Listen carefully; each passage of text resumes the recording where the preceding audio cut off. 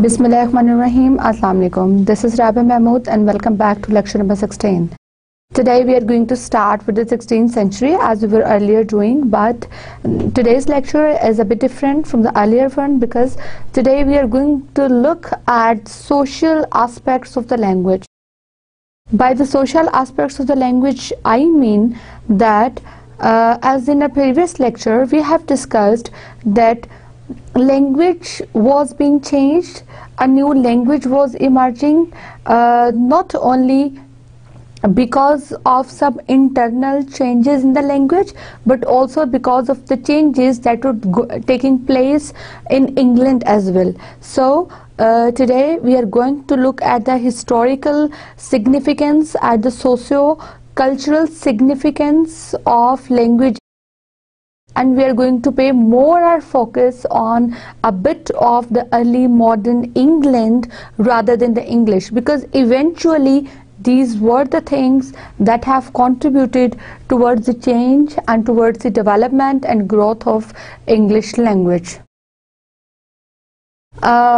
Let's start by firstly focusing on early moderns versus Renaissance. Which term should you use? Actually, when we say that we are talking about early modern period, early modern, you know, is towards, look at the century, it is the 16th century. 16th century itself is sometimes regarded by different people, it's a period of Renaissance period.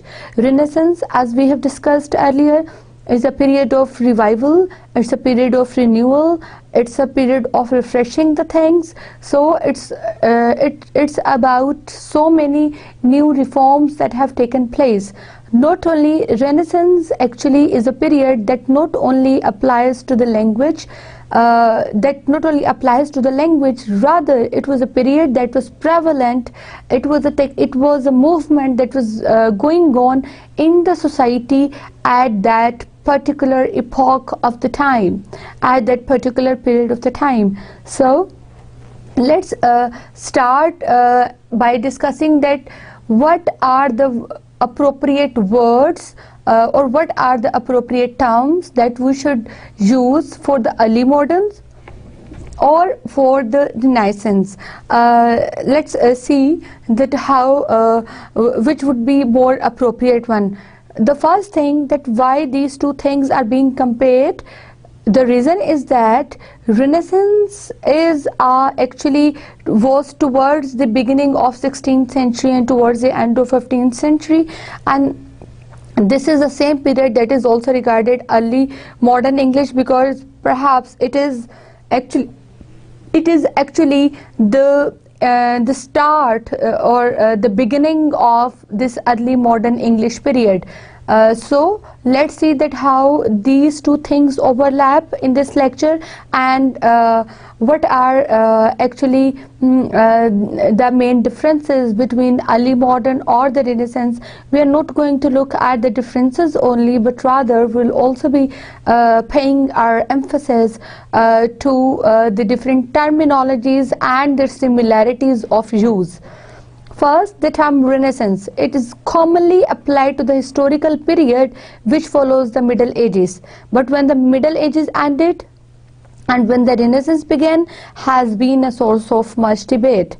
Yes, actually no one can quite clearly classify, and no one can clearly put these two periods, the ending of Middle Ages and the starting of early modern, or the starting of this Renaissance period, because perhaps the years that lie between the two, they are lost somewhere, and we are saying that generally when it is defined in the Dictionary of Literary Terms and Literary Theories, it has been said that it is commonly applied to the historical period. We can say that Renaissance or the early modern is that particular historical period that follows Middle Ages, that comes after Middle Ages. But when the Middle Ages ended, when the Renaissance began, has been a source of much debate.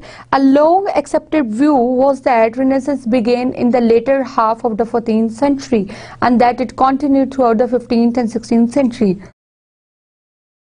and perhaps even later. Yes, this is how that it was almost towards the half of the 14th century when Middle Ages ended, and when perhaps towards the and then it continued towards the 15th and the 16th century. The Renaissance began and continued towards the 15th and the 16th century. There is a little dispute that the ideas from Italian Renaissance moved from the continent to the UK. Okay, there is actually a little Renaissance, as I am using one word again and again. Renaissance was actually it was a kind of movement.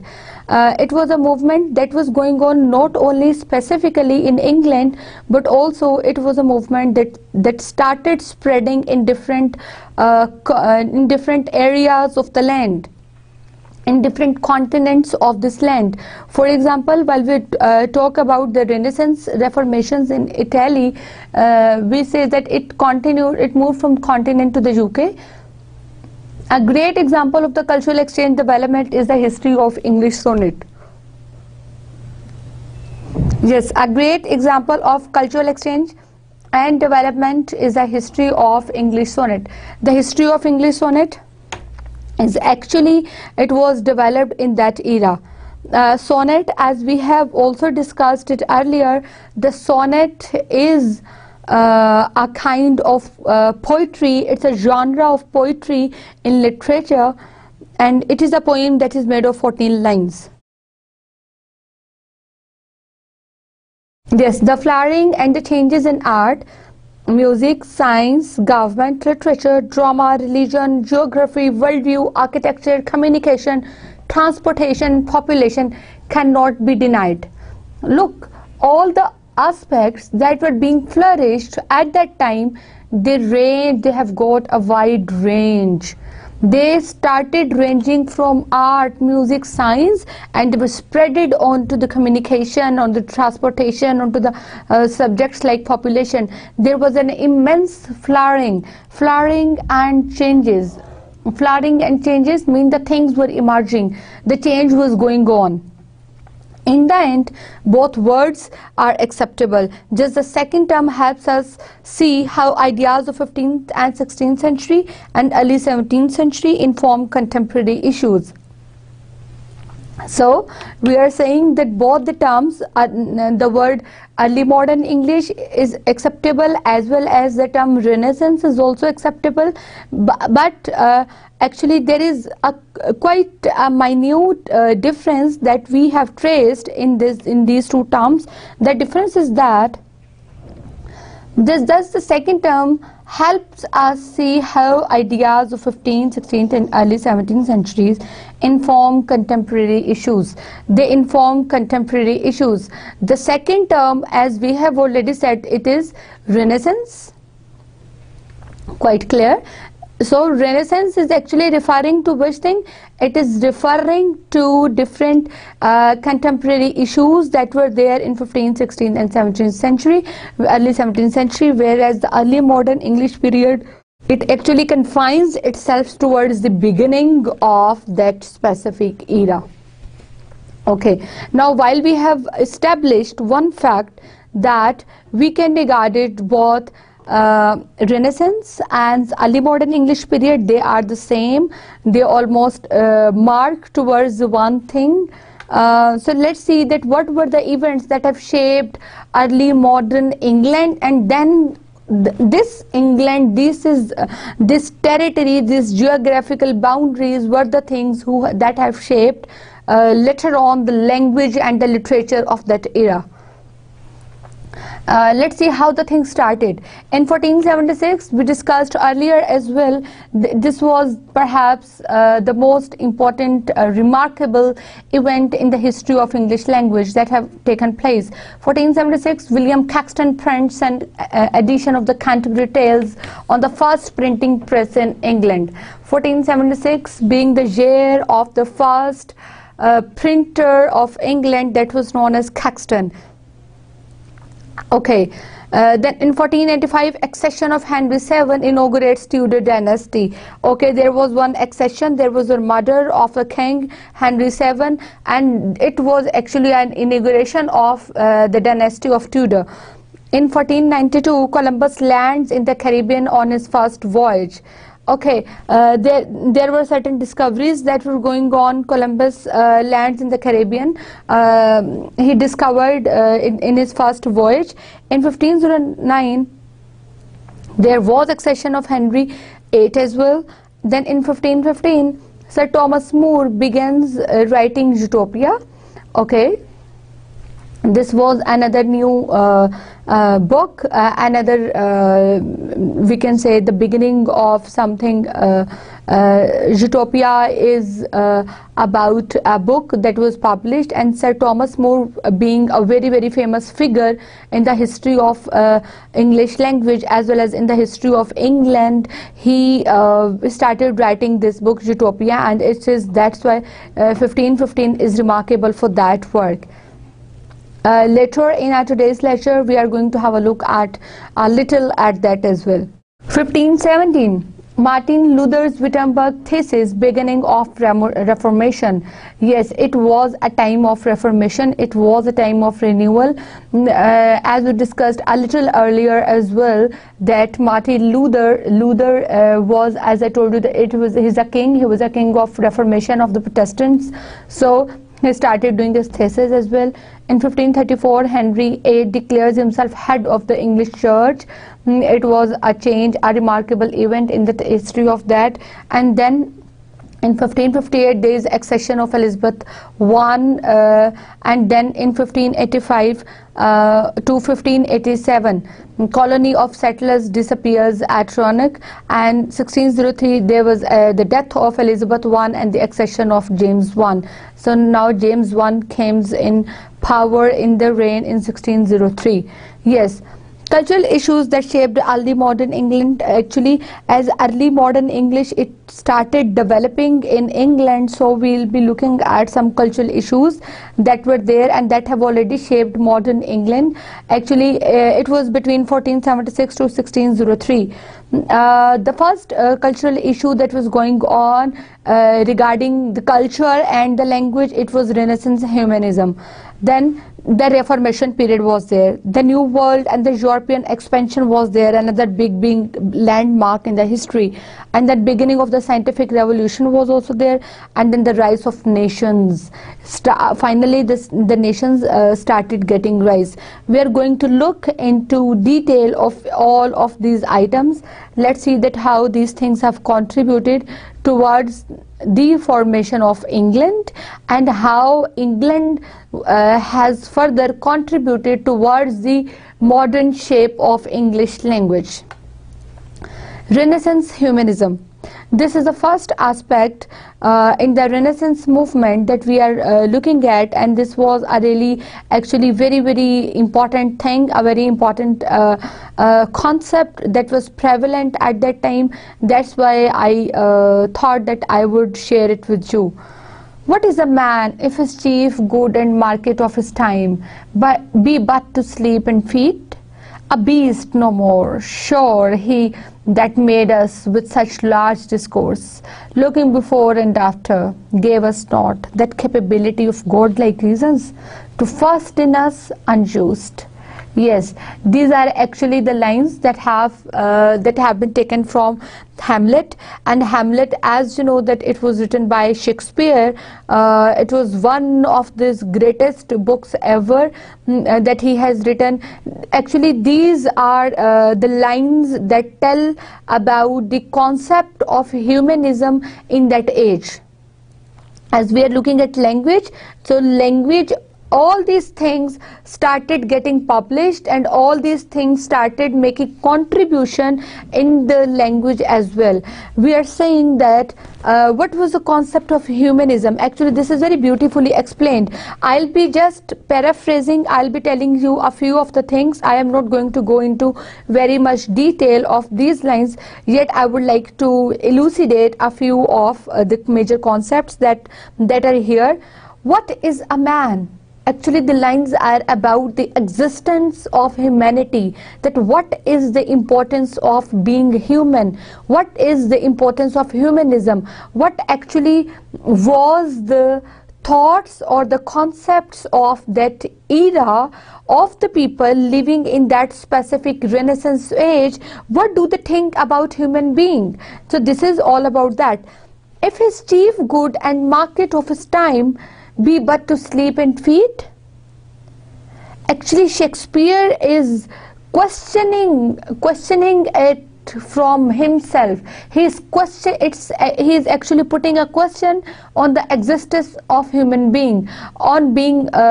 It's a question of humanism, that if his chief good and market of his time be but to sleep and feed, that he is worried, is not there anything else apart from sleeping and feeding and doing some kind of job? Is it just this thing that human beings are all about? A beast no more.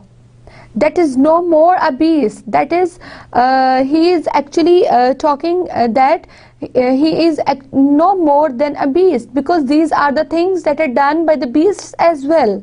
Sure, he that made us with such large discourses, looking before and after, gave us not that capability of godlike reasons to fast in us unused. Yes, he is in the very next line, Shakespeare agrees that he that made us with such a large discourse, actually he is pointing in this line to the God, that God has given us, although the power of arguments, the power of conversation, the power of talk. So sure, he that made us with such a large discourse, looking before and after, we look in our future, we go back into our powers, we go back into our past, and it gave us not. God has given us just this much vision that we can think a little of our future, we can go back a little to our past, but that capability of God-like reasons, the capability of that God himself has, was actually are not given to the human beings to fast in us unused. All the abilities that have been given are restricted in a way. Actually, the main concept of humanism is concerned with one thing, and this concern is actually about this thing. Humanism, it refers to show concern for human beings.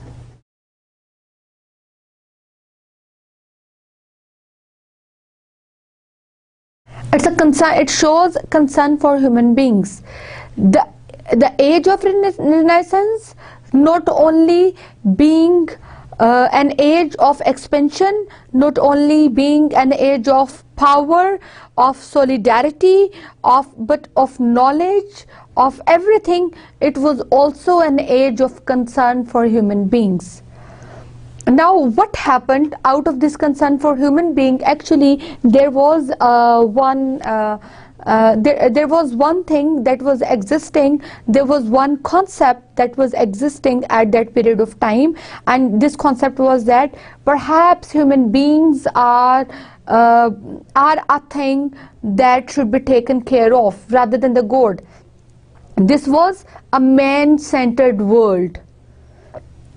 This Renaissance age, when there was so much prosperity, when they were so much powerful, they were economically strong, they were intellectually strong, when they had got everything, they were making expansions, they were discovering lands. So what happened?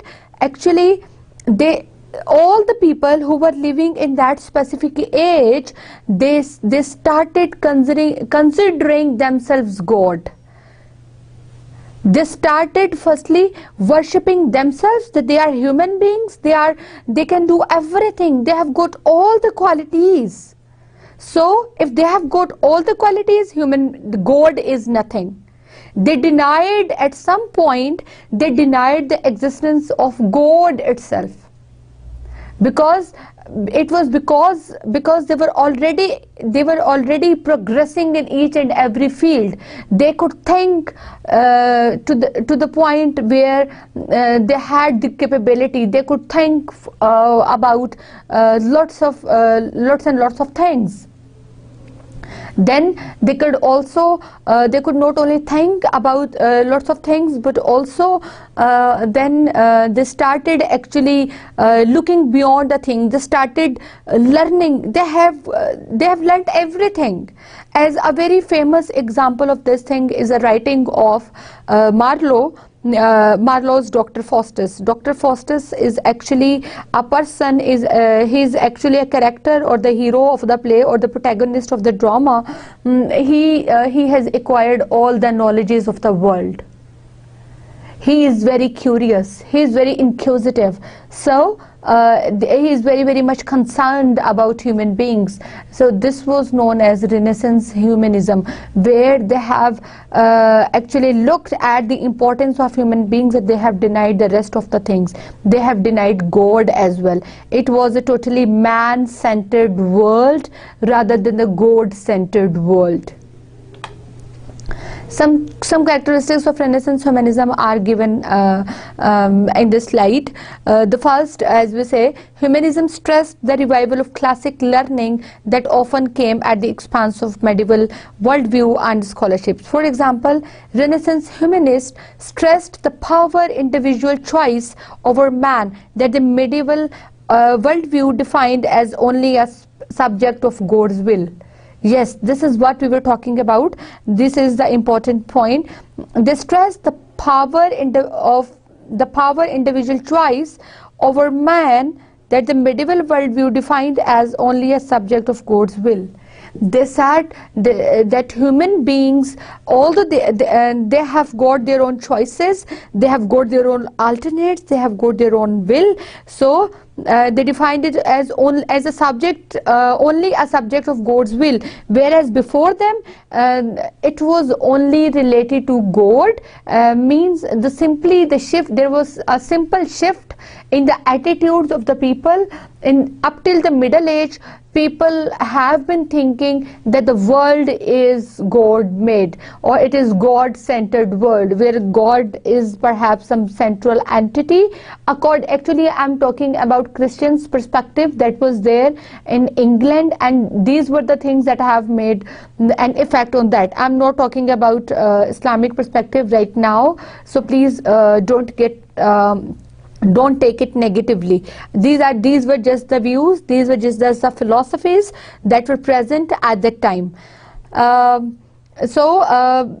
till the medieval age, they used to think about the world. The Christians, the Englishers, they used to think about the world, that the world is it is God-made, it is God-centered world. Whereas in Middle Ages, in the Renaissance age, they started thinking that it is human being that is of more importance. The major concern is that of human beings, not the God.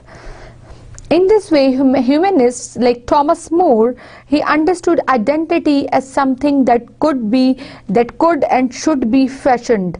In this sense, they were very much like us, thinking that identity is not born by made nurture over nature. Excellent words, and a very excellent point of view about humanism. Humanists like Thomas More. As I was saying, that Thomas More is a is a key figure. It's a very famous person in this regard. Thomas More, being the humanists, he was actually, humanists are those people who are giving more concerns about humanism. In this humanist, like Thomas More, he says he understood identity as something that could be and should be fashioned. In identity, actually, when you talk about yourself, when you say that you yourself is more important, there is no other factor, there is no other thing that is important, or there is no other feature that is going to make any impact on you. So what you do actually is you say that your identity is more important than the rest of the things. He understood identity as something that could be and should be fashioned. Means it's you that should be fashioned, that should be that is the most important thing, and that should be fashioned according to the way that person wants. In this sense, they were very much like us, thinking that identity is not born by made nurture over nature. They said that identity, that one's individuality, we are talking about individuality, that the identity is not born by made nurture over nurture. Made nurture, nurture, that is actually the environment, that it is not born by the environment, rather than it is something that is natural, it comes, and the identity should be given first preference and the rest of the things come later on. In their more extreme forms, humanistic attitudes regarded man as the crown of creation. In their more extreme forms, humanistic attitudes, they regarded man as the crown of creation. Okay, as I told you, they started that human being is the crown of creation. In England and elsewhere, humanism was bound up with the struggles over the purpose of education and curriculum reform. During the Renaissance, emphasis shifted from training students exclusively to work in the Catholic Church to training students to be priests, lawyers, and public servants. Yes, see how the things are changing, how the education is changing, how the language is changing, and how the society is being changed. When there was this humanism Reformation, there was a humanism movement that was going on in England at that time. What happens actually, it was bound up with struggles over the purpose of education. Actually, the basic purpose of humanism was what? It was education and the curriculum reform. They wanted to revise all the academia, all the educational syllabuses of the students, because during they wanted to reform it. They wanted to give it a humanistic aspect. Rather than being God-centered, they wanted to make it man-centered. They wanted to give more importance to the humans, their instincts, to everything. During the Renaissance, emphasis shifted from training students exclusively to work in the Catholic Church to training students to be priests. Actually, before this, what was happening? The students were trained. They were trained only in a specific sect of a region. Whereas what happened in a specific sect of the religion? Now, what happened actually when this humanism came, there was a shift in the training attitudes of the students as well, and they started being the priests, the lawyers, the public servants. They started serving humanity. As we are all talking about humanism, so they started serving humanity. Humanism and language. Let's see that what was the impact of humanism and on language. Leading scholars of Renaissance period were called humanists, because when we are talking about this thing about concerns for human beings, so the people who were the leading experts, who were the main proponents, they were regarded as humanists because they were the student of humanist literature, the literature of the Greek and Latin poets, dramatists, philosophers, historians, and rhetoricians. A newly revived interest in Latin and Greek texts along with Hebrew also gave rise to the humanist writing in their own vernacular modern languages. Yes, now humanism started being published not only in their vernacular, in their local native languages, but also in some modern languages. Yes, there is one extract that is given. Let's see what this extract say. I'll be just reading it out and hope you will understand it. Remember that the court language, the language of nobility in England, was French well into the 14th century, while works like Thomas More's Utopia and the Thomas Bacon's essays were written in Latin. The authors of Elizabethan theatre and the court poets wrote in English. Such authors combated an assumptions that the English language had almost no prestige abroad, and there were those at home who doubted that it could serve a suitable medium for serious, elevated or elegant discourse. Yes, look at how there was a shift in the languages. Firstly, there is actually a language, the language of the court. The language of the court, they're saying the language of not only the court but also of nobility, of noble class, of upper class or of elite class. In England, it was French. The language, what is language up till now in the court, in of the upper class? The language is what? It's French. It's French, and up till the 14th century. While works like now, there were certain works that were done by remaining in the area of humanism. And what were these works? Well, works like Thomas More's Utopia and Thomas Bacon's essays, the two more very important works. One was Utopia, and there were certain essays. These two things were written in Latin. The language of court and the elite class is French. The two main works are being written in Latin, whereas the authors of Elizabethan theatre, who were the authors of Elizabethan theatre? Like Shakespeare, they were the authors of Elizabethan theatre and the court. The poets wrote in English. English is being used for the masses. Remember, English is being used only for the Elizabethan, by the people of Elizabethan theatre as well as the court poets. Such authors combated the assumption that the English language had no prestige abroad at all. Why it does not had any prestige? Because it was a language of theatre. It was a language of some specific poets. It was not a language of academia. It was not the language of court. It was not the language of noble class. And there were those at home who doubted that it could serve a suitable medium for serious, elevated or elegant discourses. But on one hand, it was said that it was actually not the language of many discourses, but on the other hand, it was said that it was elevated or the elegant discourses could be, it can be the language of that as well. We are talking about English language.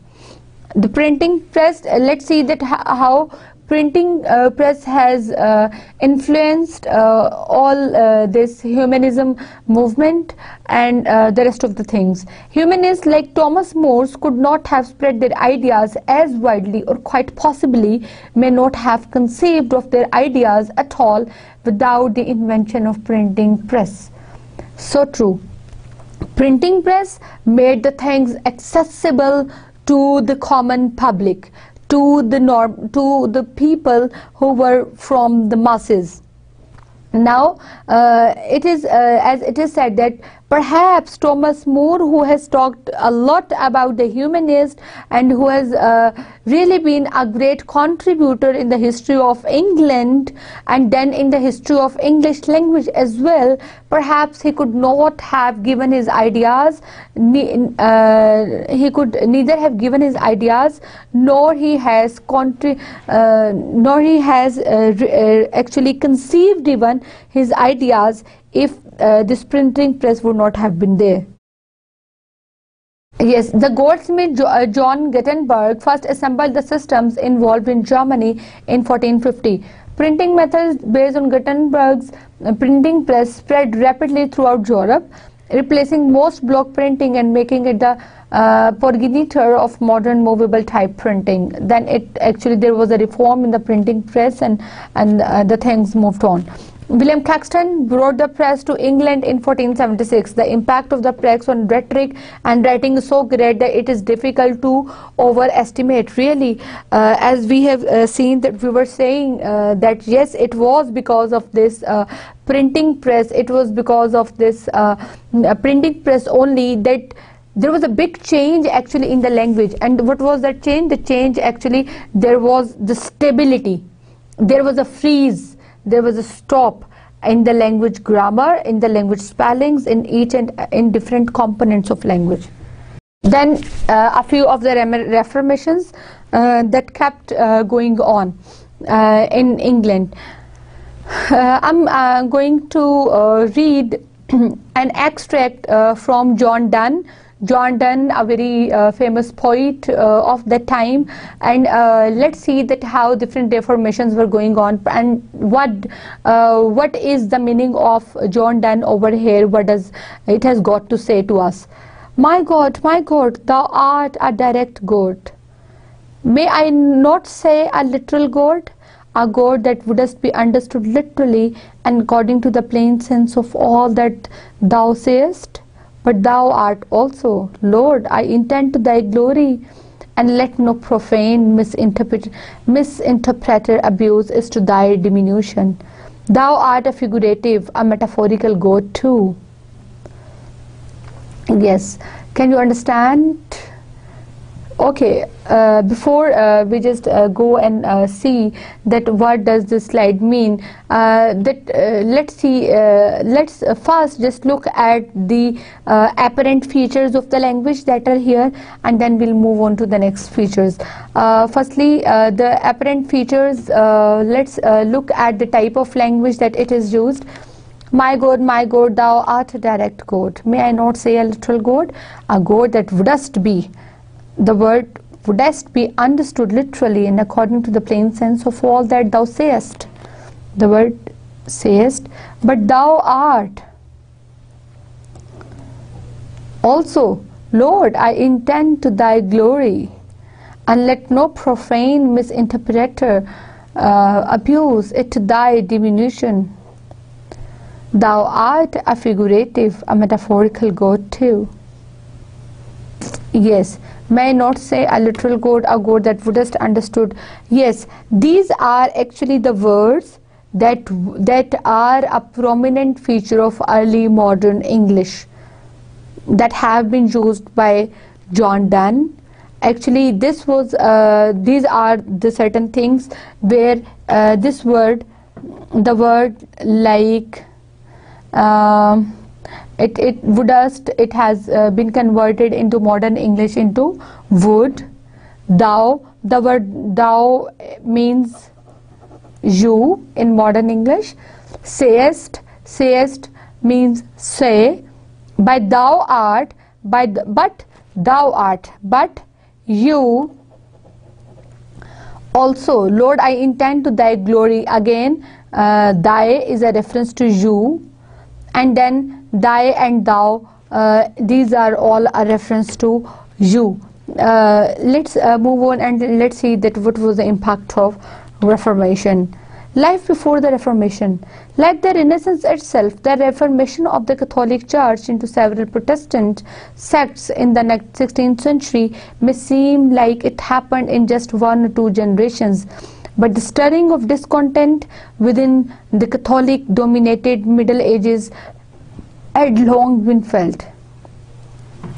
As for your understanding, I am just giving you one example from our own religion.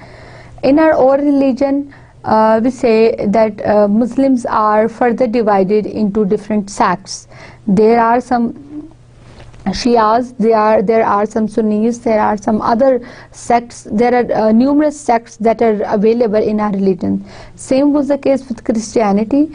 In this age, in Renaissance, when actually the Renaissance started, there was just one sect up till the Middle Ages, that was Catholics.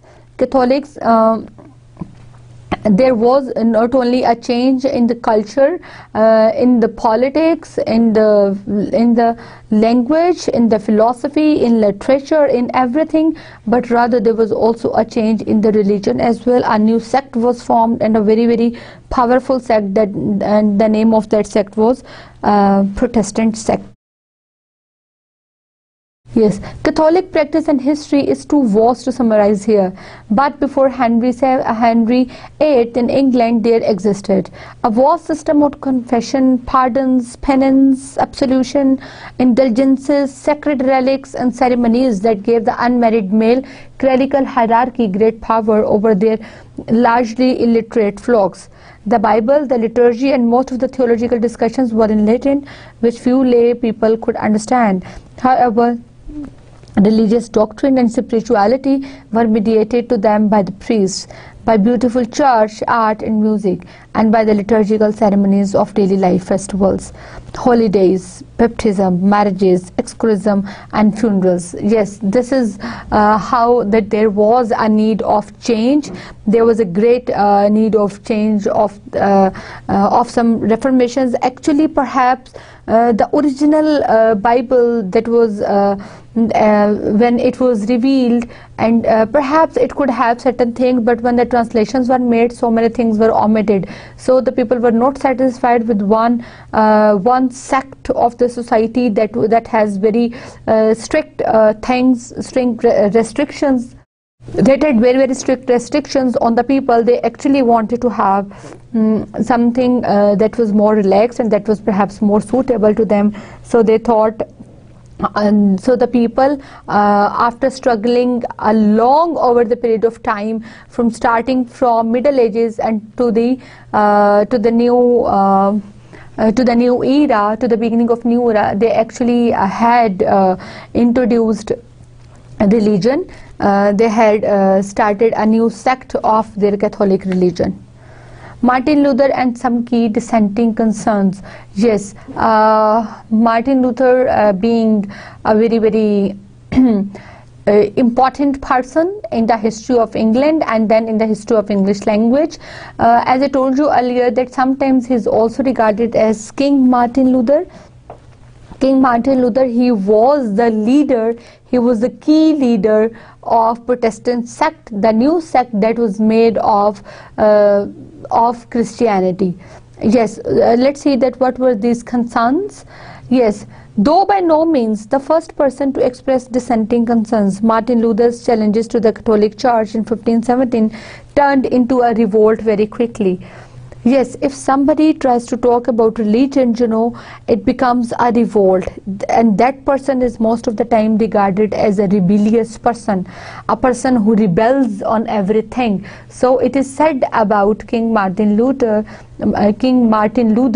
that he was a revolt, he was a rebellious kind of person. He rebelled the norms, he rebelled the traditions, customs and conventions of Catholic Church. Luther stressed the importance of parishioners reading the Bible for themselves in their vernacular languages instead of having faith mediated to them by the priest. Yes, very true. He stressed what? He stressed the importance of parishioners reading the Bible themselves in their vernacular languages instead of having mediated to them, having faith mediated to them by the priests. Yes, they were actually it is about the importance of the Bible. They say that the Bible was translated and it was available, it was accessible to specific group of humanity, to the specific group of people who used to read it in their own vernacular language. And what they were actually promoting by these things, they were promoting that the mastery or the expertise over a specific language rather than the faith that they should promote, rather than the faith that was mediated to them by the priests. Luther charged that Pope and his hierarchy were the servants of Satan, and that the church had degenerated into a corrupt worldly conspiracy designed to bilk the credulous and subvert secular authority. Yes, these are actually very, very harsh words that were said by Martin Luther about the Pope. A Pope was said to be the father of Christianity. The fathers in the church, he charged that his hierarchy and all the servants, they were actually the servants of Satan, and already he said he actually accused them that church has already become a corrupt place, and there was something wrong going on. So he wanted to correct these things. He stressed that people could be saved through faith in God alone and not through good works or indulgences. Yes, he stressed that the people could be saved through faith. He actually was, as a humanist, he believed more in the faith. He believed more in its believing rather than the rest of the things. He said that people could be saved through faith in God alone and not through good works or the indulgences. Not he said that the faith was more important thing rather than doing good and saying good. These were the two things that were secondary, but the main thing was to have a very strong faith in God. The Reformation in England. In England, the Reformation began less with the popular dissent than with the political desire. Yes, although Reformation in England was needed, and it was more of a political wish. It was more of a political desire.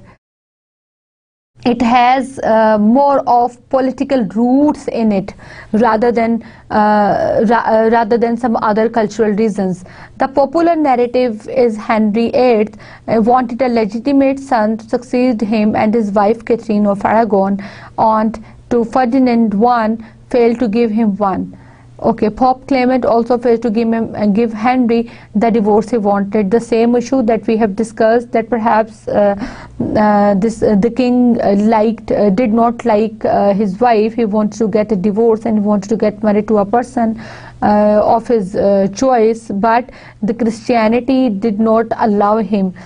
So as a revenge, as a revolt, as a rebellion, he rebelled to all these things, and he said that okay, that he wanted some kind of reformation, not only in the religious clauses, but also he wanted to change the structure of the society as well.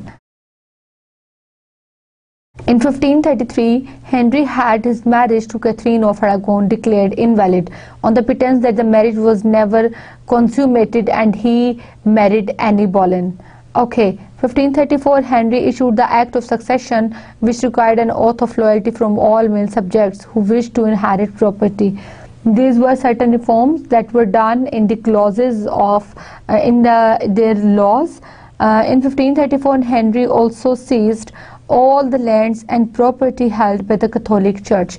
Yes, towards the end of this time, all the property, it was seized by the Catholic Church.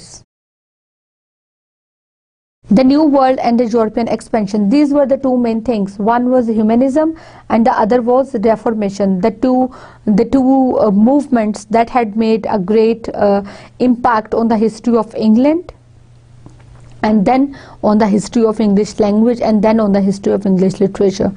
Yes, the New World and the European expansion. Let's see that what Sir Walter Raleigh has got to say about it. On that branch which is called Cura are a nation of people whose heads appear not above their shoulders, which though it may be a mere fable, yet for mine own part I am resolved it is true, because every child in the provinces affirm the same. They are called Ave Panoma.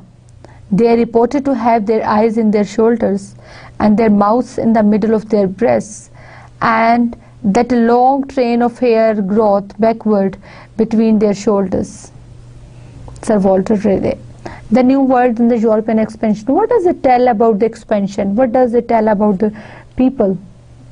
There are so many things actually that are hidden in it. On that branch which is called Kura, or a nation of people, it's about a nation of the people. Let's see that what were the characteristics of this nation of the people, whose heads appear not above their shoulders. Their head appear not above the shoulders, which though it may be a mere fable, he say, okay, looks as if it's a story, it's an only supposed story. Yet for mine own part, I am resolved, it is true. But he says that I am very, very sure that this is true, that their heads were not on their shoulders. Because every child in the province are from the same, because all the children were the same. Actually, they are called epipenoma. They are reported to have their eyes in their shoulders. Their eyes were in their shoulders. Eyes are in their shoulders. Their heads are not on their shoulders. Okay. And their mouths, where are their mouths? Their mouths are in the middle of their breasts, and that a long train of hair, and the hair growth backward between their shoulders, the backward between their shoulders. These are different. This is actually a new innovation of the world. It is a reference to the far-sighted imagination of a person, that there can be certain things, there can be an imagination like this. England, let's see that how England, or how Englishers they were developing in Ireland. The medieval English presence in Ireland was deeply shaken by the Black Death, which arrived in Ireland in 1348. From the late 15th century, English rules were once again expanded in Ireland following the Black Death. First through the efforts of the Earls of Kildare and Ormond, then through the activities of the Tudor state under Henry VII, Mary and Elizabeth. Yes, there were certain actually the reforms that were going on up till the Middle Ages. It is said that English the English people who were like present in Ireland, they were very, very much shaken by different accidents, and then they have discussed different kind of incidents that are there. England saw the complete conquest of Ireland by 1603. They saw a complete conquest of Ireland by the 1603 and the final collapse of the Gaelic social and political superstructure at the end of 17th century as a result of English and Scottish Protestant colonization in the plantations of Ireland. The disastrous wars of the Three Kingdoms and the Willamette War in Ireland. Yes, there were different wars that were going on. England is coming to its origin. England is trying to be independent, trying to have its own individual identity by passing through different movements, by passing through different amendments that were going on, not only in that specific region, not only in that specific territory of the land, but also in the things that were there present among those things. England saw the complete conquest of Ireland by 1603 and the final collapse of Gaelic social and political. Towards the end of almost 17th century, everything was done in Ireland, and Ireland, actually there were different kingdoms that have merged and out of the result of certain wars. Then let's see that how is the role of England in the Americas. England rejected Christopher Columbus' request to fund his voyage to the New World, preferring to concentrate on the settlement of Ireland. Yes, what happened actually? Christopher Columbus, whom we know and we say he was a person who has actually discovered America, who has discovered the New World. Actually, he has requested the Englishers to pay him to bear the finances of his tour to the New World. and they actually rejected, and they said, okay, that our main focus would be rather on settling down the issues of Ireland rather than the rest of the things. In 1586 and again in 1587, Sir Walter Raleigh attempted to establish permanent settlements on Runic Island. 4 years later, in 1591, all colonists had disappeared. The only clue to their fate was the word Croton and letters CRO carved into separate 3 trunks, suggesting the possibility that they were neither massacred, absorbed or taken away by the Crotons or perhaps another native tribe. Now when England is coming into being, one on one side in the Ireland, on the other side in America, so definitely there are different tribes that are rising up, that are coming up. England's first permanent overseas settlement was found in 1607, quite late, perhaps quite late, and towards the 17th century, in Jamestown, led by the Captain John Smith and managed by Virginia Company, an offshoot of established a colony on Bermuda, which had been discovered in 1609. Yes, then there was another colony. While we talk about colony, you must remember that what is a colony? Colony, actually these colonizers, the Britishers, when they started expanding, they starting different countries their own colonies. So the word colonies is used in that reference, in that sense. Plymouth was founded in 1620. Okay, then the beginning of the scientific revolutions. Like every other aspect of Renaissance or early modern period, the beginning of scientific revolution is a challenge to pin down. It was really a great challenge, though many historians date the scientific revolution to the publication of On the Revolution of Heavenly Spheres by Nicolaus Copernicus in 1543. They also suggest science was in a state of constant development till the 19th century. Why there was so much development that was going on in that era? The reason being that actually it is a century, it is an era that is the first part of early modern period. Modernism is very much concerned with the inventions, with the discoveries. When we talk about early modern being an early part of that era, so it also had immense scientific revolutions as well. Some significant inventions and the discoveries, and these were discoveries that have shaped the Renaissance, that have made this age. On the Revolution of Heavenly Spheres, this is a book that was published in 1543. He challenged the church-approved earth-centered model of the universe, geocentric, with the sun-centered model of the universe, that is heliocentric. Actually, a new model of the universe presented at that time, where it approved as earth-centered model of the universe, where the earth was the central part of the universe. Before this, sun was regarded as a central part of the whole of the universe. A big revolution and a big discovery indeed. Then in Novum Organum in 1620, Francis Bacon is, I would tell you, the greatest English prose writer. He writes essays. He has written, Bacon's essays have created a history in English. Francis Bacon introduced a scientific method that combined empirical investigation with carefully limited and tested generalizations that could be repeated with the same results over and over. In a direct challenge to Aristotle, he believed this to be the best method to investigate nature. Yes, actually, there's Aristotle and Plato, they being of Greek ages, of very previous ages, they have very limited knowledge.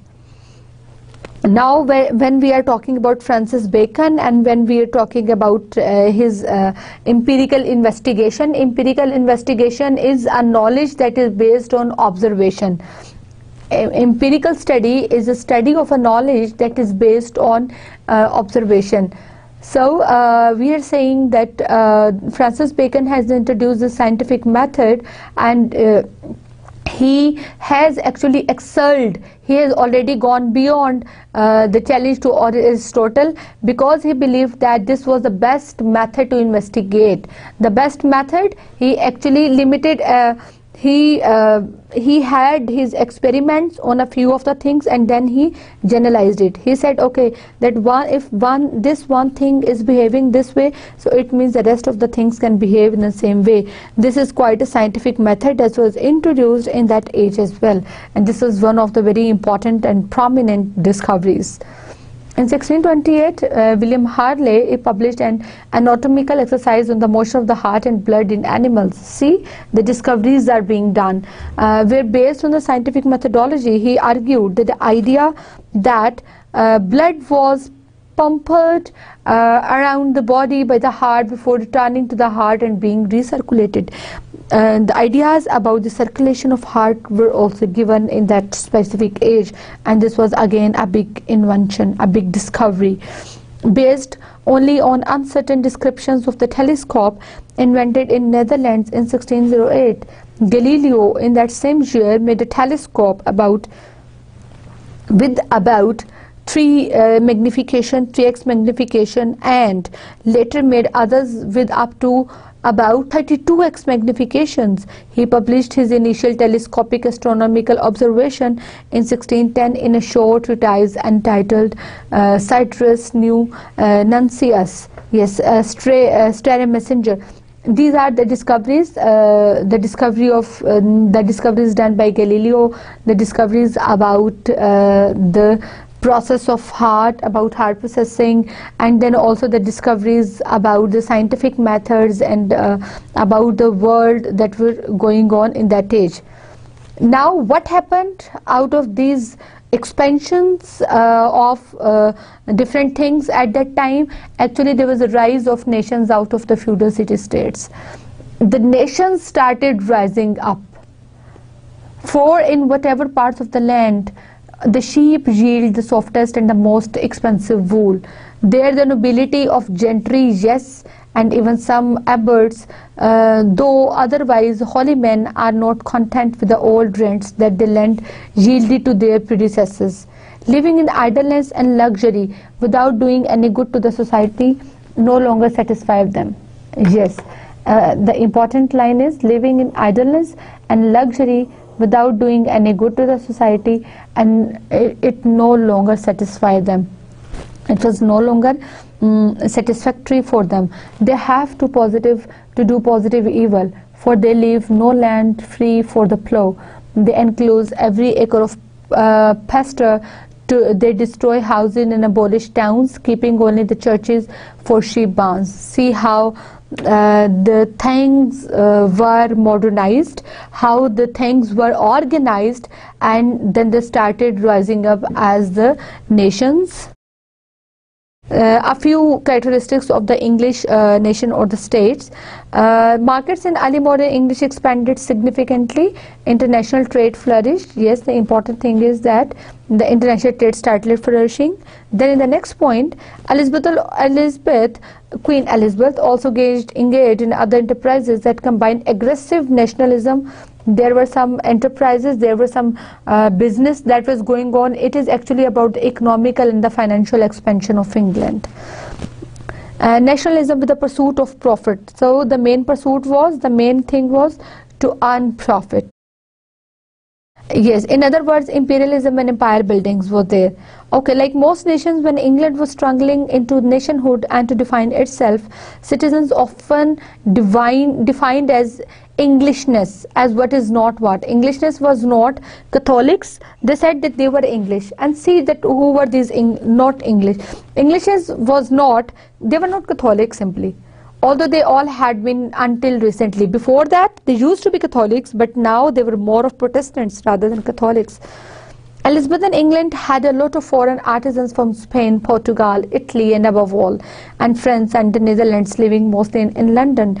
During 16th century, there were serial riots were going on and bloody demonstrations were going on. There were some protests that were going on, and some English jobs and they were accused of taking English jobs away from the English people. So these were certain things that were going on, and these were actually how English nations, different English nations, were on rise.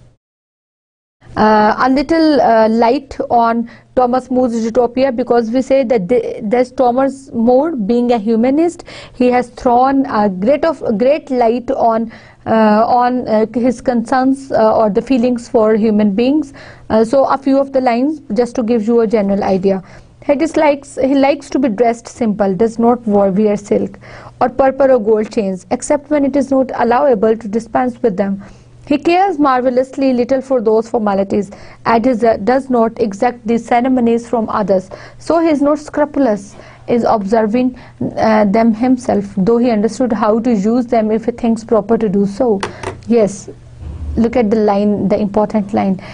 He really understands that how to use the things, how to use a thing, how to utilize it if he thinks that it was proper to do so. But he holds it to be effeminate and worthy of man to taste much of his time on such trifles. Yes, again, the whole paragraph is about the humanistic concern about human beings. Let's skip it up and see that how the things have ended. So with this we'll come towards the end of today's lecture, and let me give you a quick recapitulation of what we have done today. We started today with the characteristics of early modern English period, and within early modern English period we have today, as I told you earlier in the beginning, that today we are going to pay more focus on the socio-political context, on the socio-political background of the England where this English language was being evolved. We have looked at the two terms, early modern and Renaissance, and we said okay, it is all right to call them early modern period or Renaissance period, with just a minute difference was there. Then we have also looked at some of the Renaissance characteristics. We have explored some humanism and the aspects on language. We have also explored English reformations and the people who were there behind these reformations. We have also looked at some of the key figures in the history, and now we have seen that England has come now on its way. It was on its way to prosper. So with this, let me end it here, and I hope that you enjoy doing it. Till the next lecture, please take very good care of yourself. Till then, Allah Hafiz.